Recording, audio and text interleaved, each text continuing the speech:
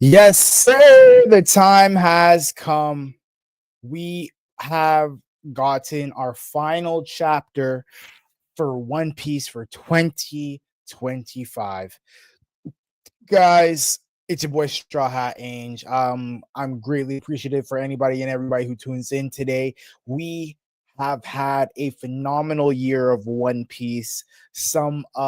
We received what is potentially the greatest flashback we've ever had in One Piece, which is uh pretty that's a pretty big landmark. That's a pretty big landmark for One Piece, all things considered, based off all the other backstories that we managed to uh, uh obtain since the beginning of the story.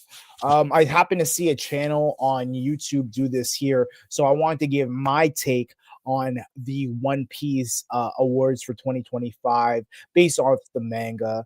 What up, brother? Dead man, how is everything? Is it low-key flash? Is it low-key flashback?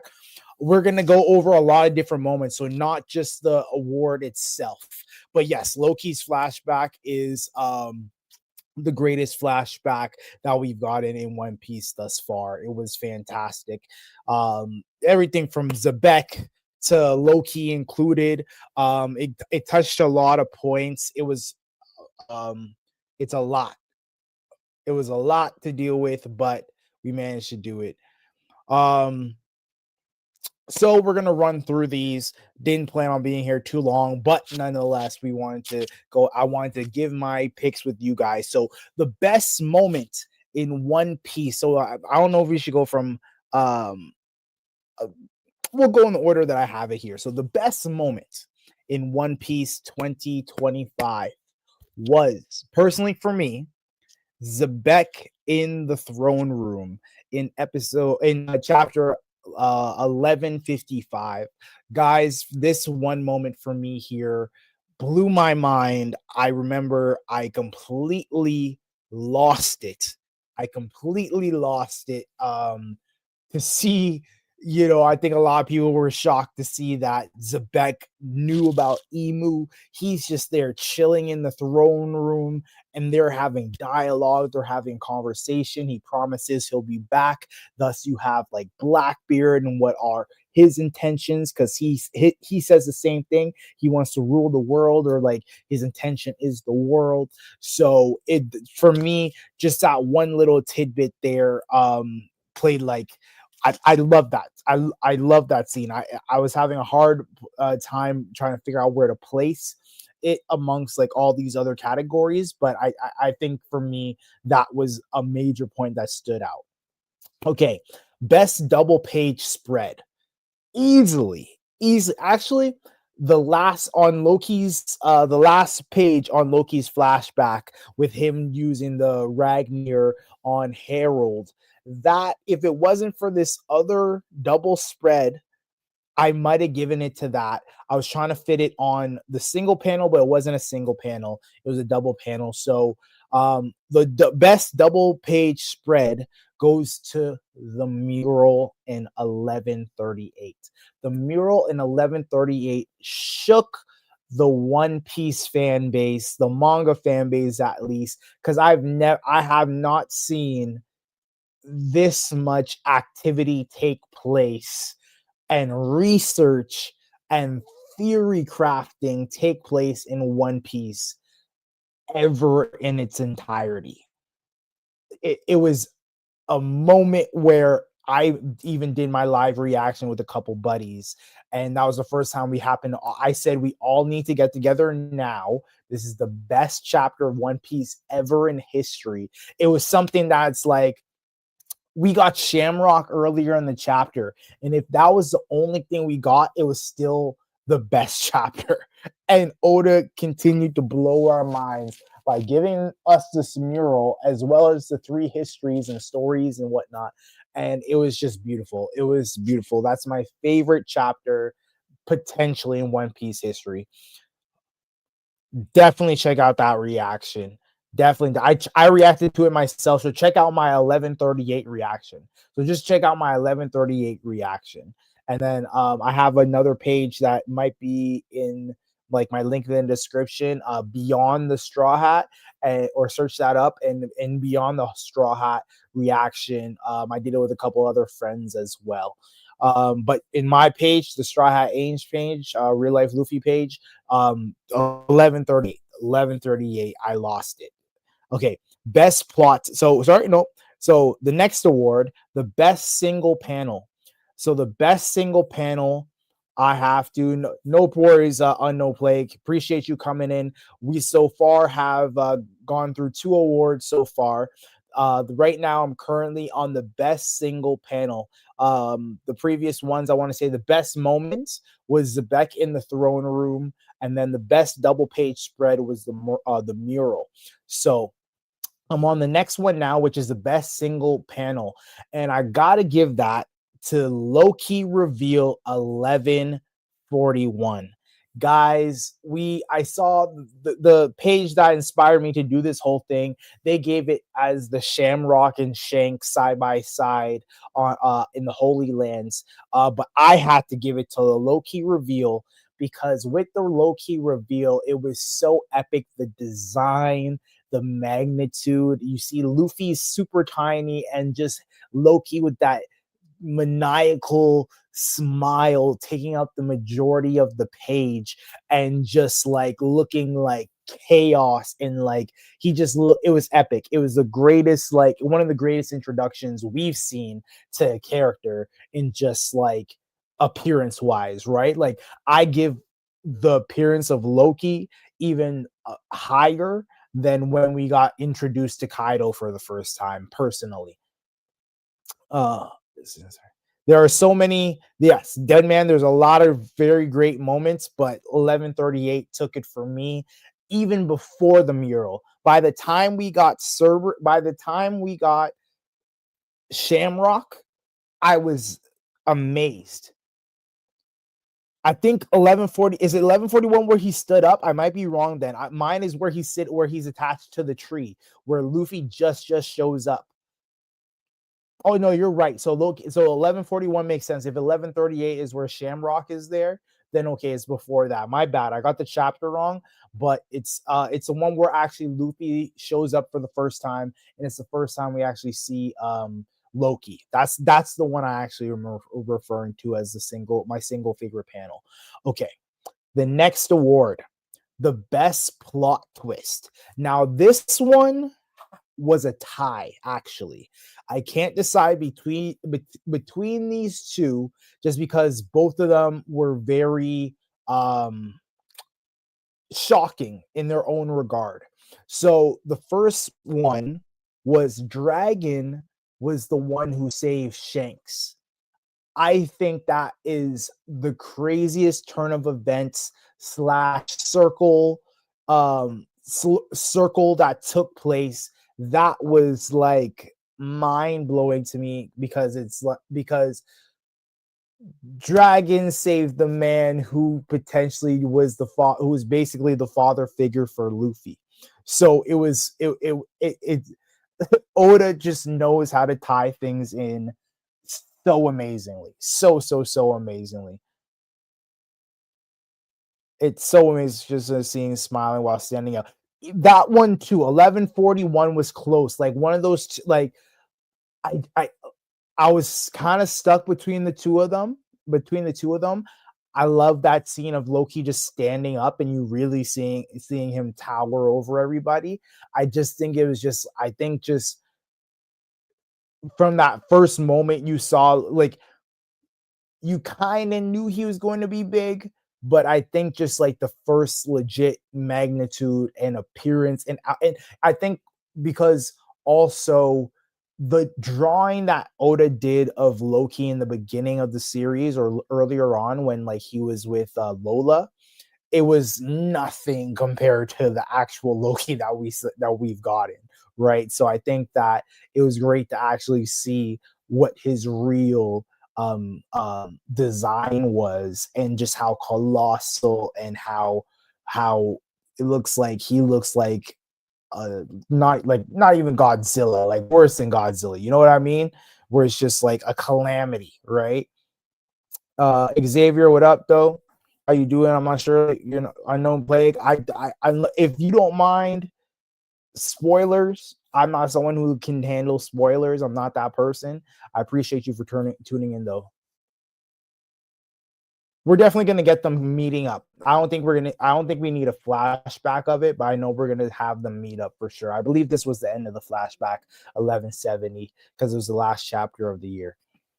Um, so other side. So again, so best plot twist award. It's a tie between Dragon Saves Shanks as well as Zebek's last name as and him being born in God Valley. So getting that reveal again, one of the big what the hell moments from Oda where he one thing was the last name. It makes you speculate what's everybody else's last name in the story. Are all like, is the Monkey Clan and all these other clans, or do they just happen to actually be Davies, or is that particularly? And it made you speculate like, is it like Davy Jones? Is it Davy Zebek, Davy Blackbeard, like, you know what I mean? Or no, Marshall, so not Marshall. So Davy Teach, like it makes you think about those kinds of things, which I think was awesome. And just the fact that he was born on God Valley, which also Shanks was born on God Valley, and it's like, okay, is now we're thinking Shanks has royal blood as well as he has Davy blood potentially. Um, yeah, that's one of my favorite plot. Those are my two tied for plot twists for the year. Um, best emotional moment. Now, this moment didn't actually make me like too emotional or cry or anything like that, but I understand the significance of its sentimental. A close one was Loki climbing up the mountain as a baby. That was very sad, but I had to give it to Robin and Saul just because of what it meant to the story, them finally reconnecting over all these years.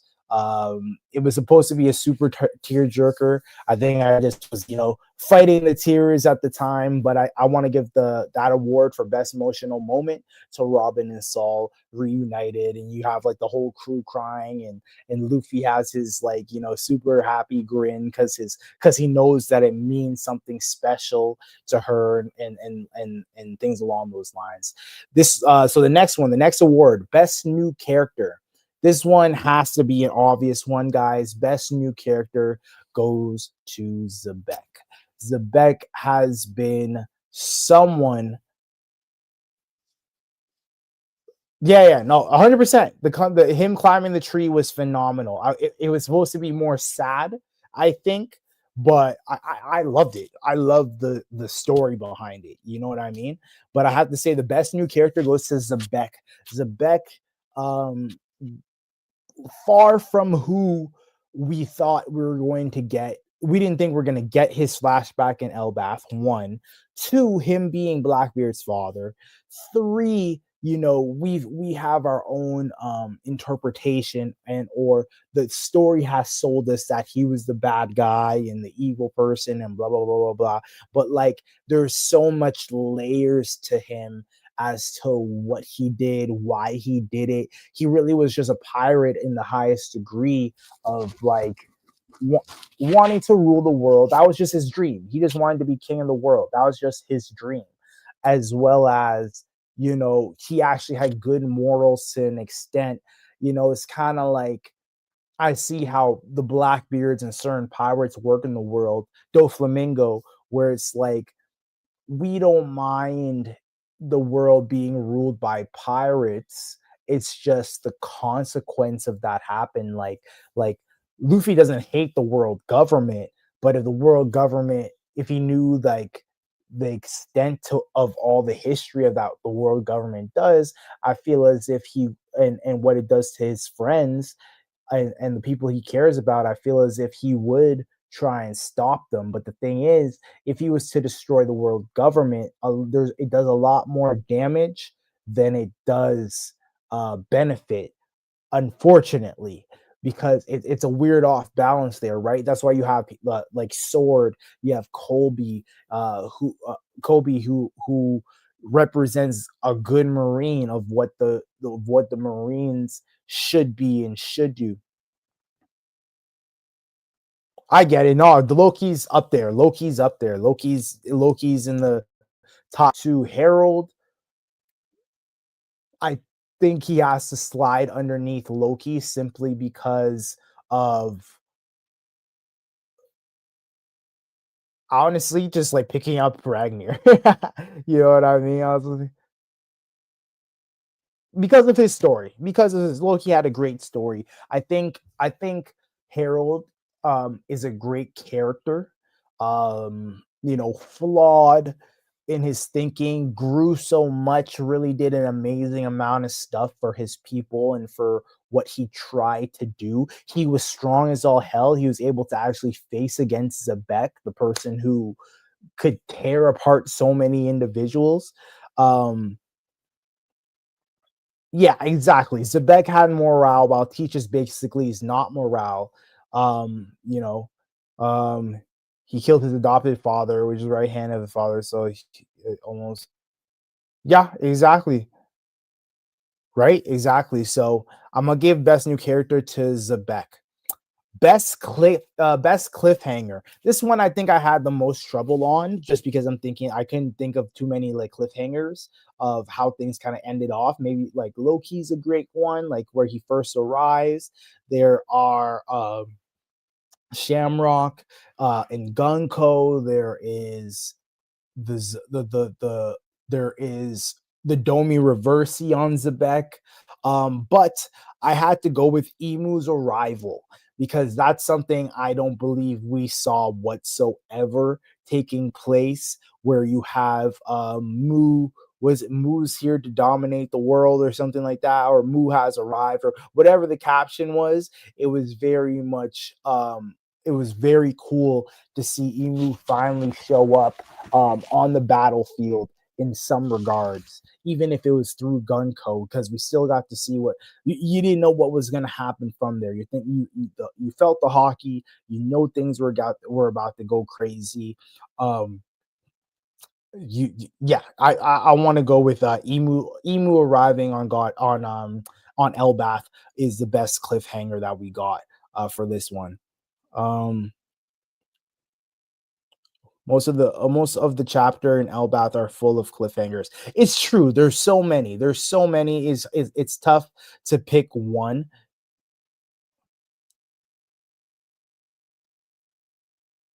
30 plus chapters, Loki. Yeah, exactly. Exactly. There's a lot of cliffhangers, but I just feel like I just feel like that's the last thing I expected. Even Zebek showing up, even finally getting the Zebek reveal, it wasn't. It was a cliffhanger, but it wasn't a cliffhanger of like, oh my god, what now? We were clearly in a backstory, right? Versus this is clearly what's happening. Because right now, technically, that cliffhanger is still processing because we don't have any idea what has taken place in this super long story, in this super long backstory that we've gotten for over however many chapters at this point. We still have no idea. Like technically, the Straw Hats should be dead at this point. If we're really being serious about it, I would love to see the Brooklyn Gunko flashback. I think that was a great cliffhanger as well. I can't remember if that's where it left off, but I that's up there. That's up there. All right. Oh, I got this one I gotta find. So instead, I'm gonna go ahead and skip this one and talk about the next one. So the best cover page, the best color spread that we happened to get was 1156 Idols chapter. So that is where you have Luffy, you have on the left side you have Zoro and Rayleigh, in the center Luffy and Roger, and on the right side for us Zoro and Gabon. that one I love so much. The coloring to it, it was very, very well done. It made you feel as if it made you feel as if like they, their confirmation of the it gave you the confirmation of the what's it called, of the wings of the Pirate King, right? It really gave the example and demonstration of the wings of the Pirate King. I love this. I'm very glad that we actually got to see that. I didn't even know I could show these things. I'm definitely going to be showing every new comment now. Um, I'm looking for it right here. Just give me 2 seconds. It is. I saw it earlier. Right here. All right. So yeah, that cover spread was fantastic. My favorite color page was 1169 Rocks Pirates posing like gangsters. That one was close. I really was gonna pick. I was almost picked that one. I almost picked that one. Um, I I loved it. I really, really loved it. It was so close. It was borderline. It could be a tie, but I'm just gonna give the slight advantage to um the idols one, just because I felt like the more characters I actually cared about versus like a lot of the rocks pirates I didn't care about or don't care about. um and like just coloring on it was completely epic. So the next award goes to best quote. So the best quote, this one I had some trouble with too. I was trying to think of quotes that really like stood out to me. That stood out to me in this last year.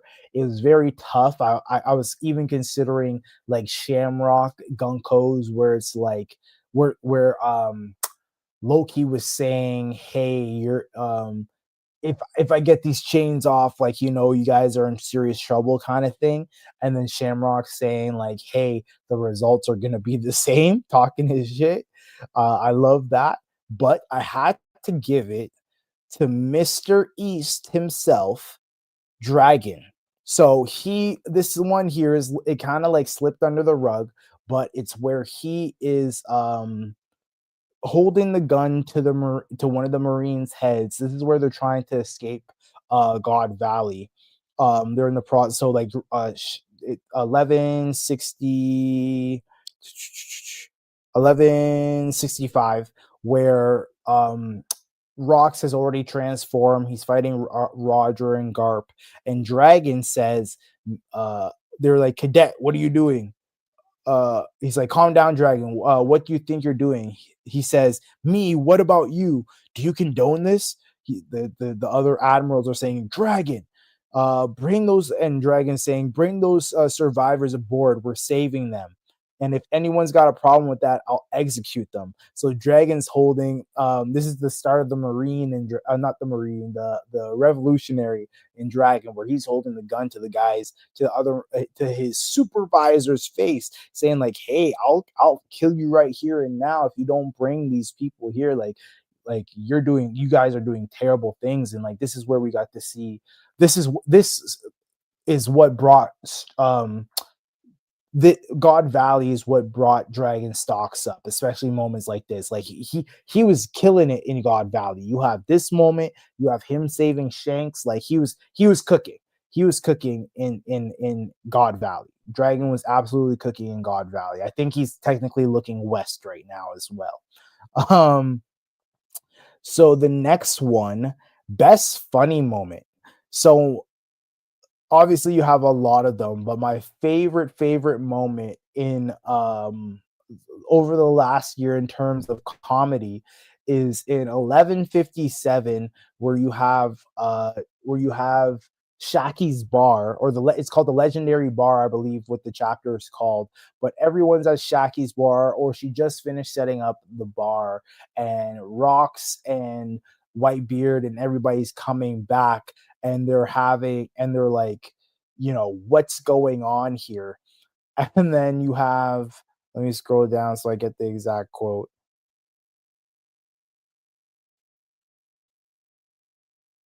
Is it 11:57? I might have messed up. It might be 11:58. That was 11:57. So it might be 11:58. So 11:58, where you basically have everybody. They finally pulled up to the bar, and Rocks and Whitebeard are, even them are, dumbfounded in love with it, with Shocky, right? Because you have everybody in the world is infatuated with Shaki, um except for Rayleigh. He still loves her too, but he's the only one who isn't like losing his mind over her. But it was funny to see characters like Zebek is one thing, but Whitebeard go out of character where even he has the heart eyes and his heart is plumbing out of his chest and things like that. Like we've never seen that from Whitebeard. Much less never expected to see that come from Whitebeard. So to me personally, that was the funniest moment of the entire arc. Even here, I'm looking at 11:58, and you have like um, Roger trying to get Shaki, and she's saying like she'll pass. Is where's Rayleigh? Asking for him and like that. So yeah, I gotta give it to those moments. Hold on, I'm trying to see. I'm waiting for TCB to load. I'm hoping it actually shows that moment here where they all fall in love with her. Because it's the Whitebeard one that really takes the cake more than all of them. All right. Even Roger pouting because he knows because he got the letter from Rayleigh where Shaki says, "Come find me." Yeah, those ones kind of take the cake in terms of kind of like the best funny moment. All right, chapter of the year, guys. Could not. This one where Loki told Herodred in some facts, Loki said to her, "You're so drunk on all these personal dramas, you can't even see the forest for the trees." Yeah, that was bars. That was bars. Loki was cooking. Loki was cooking in that one. Loki was cooking in that one. All right. Chapter of the year. This one, I think, is without question the easiest, easiest answer. And it has to be 1138 Harley. This one here, guys, is my favorite. I think my favorite One Piece chapter, like in all time. It's like top five favorite One Piece chapters, where not only are you getting the background story for Zebek, sorry, the background story for Shamrock, confirmation on top of um being one, you get the face reveal in the previous chapter. Two, you're getting his explanation of to his relationship with Shanks, why Shanks left, or like his interpretation of why Shanks left. You're getting Loki asking the question, like you're getting dialogue. It was just perfect. It was just so perfect because you're getting lore on top of answers, on top of action, on top of like I Otis never cooked so hard in a chapter. I personally believe. Like you never like I don't feel like we got in a chapter that makes you that that breaks the internet, that does a reveal. Let's start with the fucking reveal. He get the reveal of the God King himself, his twin. You get the like you see that there's no scars. You start off with the part where there's no fucking scars. Like Shanks has scars, and you start off there by showing that. Like, so what do you say? Hey, any Anyone would find it strange that you two share the same face. The pirate you're referring to is my younger twin. Like you find out that he's younger. Like Shanks is the younger brother. He went astray. At one point, he did return to the Holy Land, but it seems he grew too attached to the filthy world of the surface. He returned. I see. I find it funny. I ended up hating both of you brothers. Interesting. I guess what we don't know why he hates him as of yet. It's. It would seem, from my understanding, the date in which Shanks stopped Loki wasn't necessarily what we just seen on. No, Shamrock is the older brother. Shamrock is the older brother. Shanks is the younger brother. I have to agree with you. 1130 says definitely past chapter this year. Not only are we getting Loki tanking Shamrock and some explanation about Shanks in the mural, since they are twins, Shanks is probably only 1 minute younger than Shamrock. Yeah, that's a fact. It's not like there's like a huge difference, but he's the younger brother. He's the younger brother, and I feel like Shamrock's got too much pride to make it not to not make that well known. He's like, oh, you know what I'll do, right? I'll make it my mission to make sure my buddies are avenged, especially for them getting killed. Was that supposed to be a threat? Captain, you don't have to. I know he isn't worth getting my hands dirty over. And like he said, it's not worthy for his hands to get dirty over. And like most people say that, it's not like they have a fucking sword with a Cerberus coming out of it, and like I lost my mind. No. Let's get something straight here. Let's get a little bit more specific and accurate. Not only did he summon a Cerberus from his blade, the Cerberus already.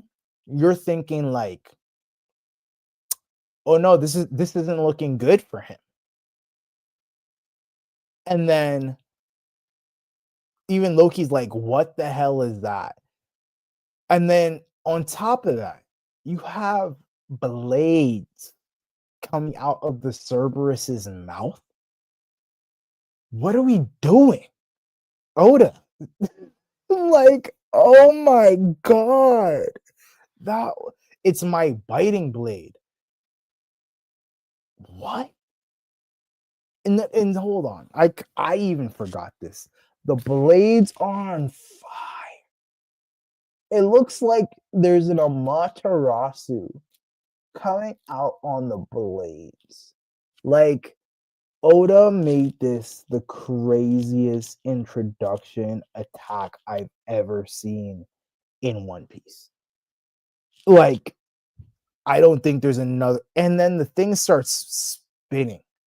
Okay, Cerberus versus the new attack is gonna be like a Pokemon battle. I'm betting all my money on aka Ragnar. Honestly, based off what we've seen, I'm not gonna doubt you. I'm not gonna say you're wrong. Like, I have to do my I was planning on doing my 25. I have to think about it. I didn't finish. I didn't get to it too much today, but I have to do my tomorrow. I'm doing my top 30. Sorry, top 30 characters for 2025 slash going into 2026. And Loki was already, what I tell you, my number 10. I think Loki was already my number 10 pick. No, I can't watch this. I think he was already my number 10 pick. But like, he was able to survive this, and that attack is disgusting. Like, what are we talking about? Like, Loki's up there. And the fact that also he tore through Harold like it was nothing. I did question, however, was Harold in control at that moment, and was he able, and he allowed the attack to happen? That's what I wasn't sure about. But even so, Nonetheless, one clawing at Harold was able to entirely take out chunks of his body. So like Loki's up there, but like Brago said something that was very interesting that I completely might agree with. And that like, is he the sixth Power Ranger? Is he the Silver Ranger? Is he the Ranger that shows up, has all this superpowers, is super dope, entirely way stronger than everybody, and then they low diff him and put him at a power level that he's just as strong as everybody else? That could be the case. That really could be the case. That's what I'm not sure about. Appreciate it, Unknown Plague. I'll be here tomorrow evening for sure. I'll be here tomorrow evening for sure. And then you have the Harley text. You have God's text right here. The most beautiful piece of artwork we've gotten in One Piece history ever. All right, guys. See that one? See, this is like 1138 stops you, and you have to talk about it because it's the greatest chapter in One Piece history. If not only this year, one like maybe One Piece history. It's up there. All right. My next one, I got 3 awards left, guys. Stay with me here. So Harold regained a little bit of sanity in his final moments because beat him so hard he regained his. Yeah, not that part, but the fact that Loki was even able to get an attack on him. Like, did he allow, because he was attacked before Loki hit him with Ragnar. The Ragnar was intentional, but were the other attacks that he received intentional? Did he receive those intentionally? That's what I'm not sure about. So, last one, best rescue. This one is kind of an odd category, but I had to do it because it was so epic. I was on the edge of my seat. 1164, Kuma, Mr. Kuma, Mr. 2025, top 2 characters, second best character in 2025. He managed top 5 best characters in 2025. Kuma, we know that Kuma saved 500 people or 5,000 people or a large amount of people at God Valley. Lo and behold, he is the person who saved Blackbeard and his mother to continue on his legacy. And the thing was, is like Zebek was about to get him, and like I didn't even take in. It was cool because they show Kuma a second before, and he sees people, and like I didn't even grasp that Kuma was in a, like, he looked too far kind of a thing. But like I wasn't getting the fact that like he was potentially a not too far. He was capable of reaching them, or that's who he was on the other side from. Um, he was completely under control during. Okay, because it looked as though he was. I understood him not being in control until the very end, but it seemed. But okay, I could say that I could live with that. But yes, no, Kuma coming in with the Super Bowl catch of 2025, the greatest catch in One Piece history, where you see him just go flying and knocking over and hitting Blackbeard and his mom away at the last second, and looking, seeing Zebek and says, "Boop," and sends himself flying too. The reason he sent himself away, I think that he was the last person, obviously, that he hit. Sorry, guys, if I hit the mic and mess it up. He's the last person that he hit, and I'm guessing that was the last one. Like he didn't hit anybody, and like him hitting himself was him officially leaving Elbaf. That's how I understood it. Um, so best, and then so that's how I give the best rescue to. Best reveal. I want to say the best reveal goes to Shamrock. I give it was tough. It was tough. it was tough deciding this here because you have Shamrock, you have Zebek, you have Loki, you have Harold, you have Gunko, you have like you have like a great amount of options available when it comes to this reveal here. And I'm giving it to Shamrock because it finally cleared my boy God King Shanks of the accusations of him being a traitor, as well as the it just confirmed a lot of things for us, as well as we finally got that answer. It was really just, the solidification of that answer. It's, it was tough because you have Zebek there. I think it's because I wasn't expecting Zebek. You know what I mean? Yeah, that's a fact. I wonder if Blackbeard even knew Kuma was the one who saved him during God Valley, because during all the Warlord meet, they were kind of eyeing on Kuma. You know what? I don't even think he cared. I don't even think if Blackbeard would care. He's more selfish. He's a lot more selfish in that regard because I just think he's more selfish in that regard. I just think he's a lot more selfish in that regard. I don't even know how else to put it. Yeah, best reveal, Shamrock. And finally, guys, finally, the last one, the last award of today of 2025 for One Piece, the best attack.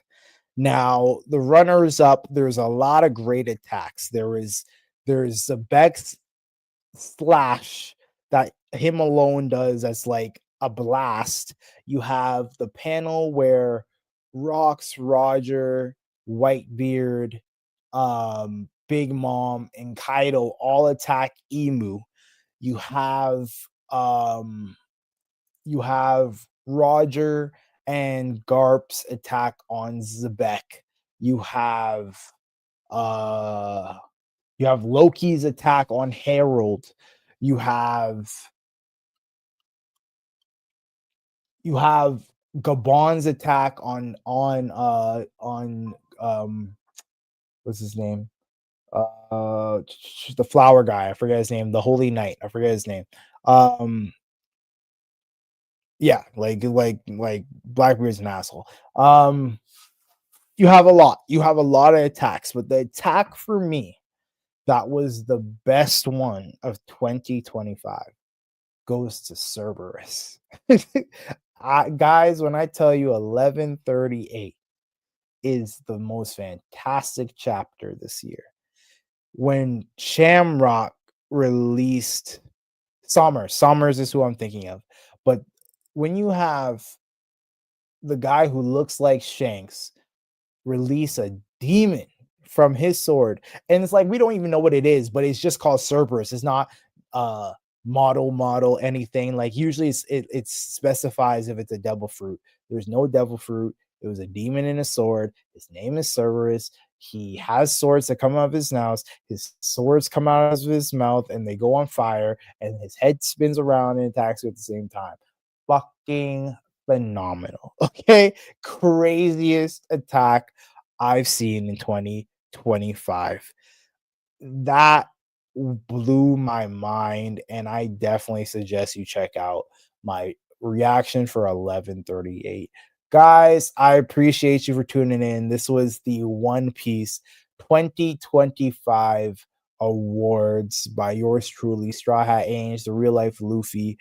Man, I had fun doing it with you guys. I hope you like my picks.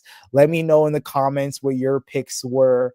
I'll copy and paste my picks here so you guys know the categories. Let me post a comment. I think I'll be able to I might be able to star it or savor it or something like that. It comes up as like 3 different comments, but I'll star it either way. But yeah, guys, those are my categories, and those are my favorite ones. I appreciate you for tuning in. Shout out Deadman. Shout out to my bad, guys. So yeah, those are my picks for 2025. Shout out Deadman. Shout out to Unknown. Sorry, my brother. how do I say that? Unknown Plague, Unknown Plague. Appreciate you so much for tuning in as well. Thank you for subscribing as well. Xavier, thank you, my boy. Thank you all, man. I had a blast. 2025 was amazing. You know, I'm already going to be here. Right now, I'm in the process of actually, maybe you guys can help me. It greatly would help me. If you guys happen to know an editor who can edit at the level of perhaps like King of Lightning, how his edits are, as well as Brago, how his edits are, or RTTV. I'm looking for an editor. So I have about 200 episodes of One Piece that can be posted. I need to finish 100. I need to finish recording 160 or so. I'm going to be focusing on that for the next little bit. I'm going to try. My aim is to post at least 1 to 3 episodes a day on this channel. I just don't want them to get flagged or anything. So if you guys happen to know an editor or are able to help me find one, I messaged everybody I could on Fiverr. I'm looking for like, just a fairly decent deal. That's a lot of videos. That's I'm like your boy's coming. I have posted up to 900. I have episode 938 posted on my YouTube channel. I've recorded up to 966, and then I have the last bit of Elbath since the Gorosei showed up, and I also recorded Luffy versus Kaido. So like I have 30 something episodes or whatever recorded. I have 160 that I have about 160 to go. That's nothing when it comes to One Piece. I have the time as well. Like I'm gonna be locking in and make sure I get it as many of these as possible. But I'm trying to the hard part for me is the editing part because I'm not trying to get like copyright, so I can't use the channel and stuff like that. So if you guys happen to know an editor, I'm in search of one. I greatly would appreciate it. And it would help me out a lot. That would make the biggest difference. I want to give you guys the best reactions possible because the reactions that you see me give on and just to be able to do like my mangas as well, right? Because I want to give you guys like my shorts will show you the highlights of where I'm like losing my mind, like the when Luffy goes Gear 5 and all that stuff. Like I'm telling you, like I have some of the greatest reactions you guys are gonna see on the internet. So if you guys can help me out with that, again, greatly appreciate it. Sending love, peace, good energy. Happy New Year. I'll see you guys tomorrow, hopefully, for my top 30. Bring your guys' top 30 as well. If you guys can think about it, I'm gonna go ahead and do my top 30 by tomorrow. I'll have it ready by the next stream tomorrow. All right. Happy New Year's. If I don't see you guys, love, peace, good energy, and it's your boy Straw Hat. Peace.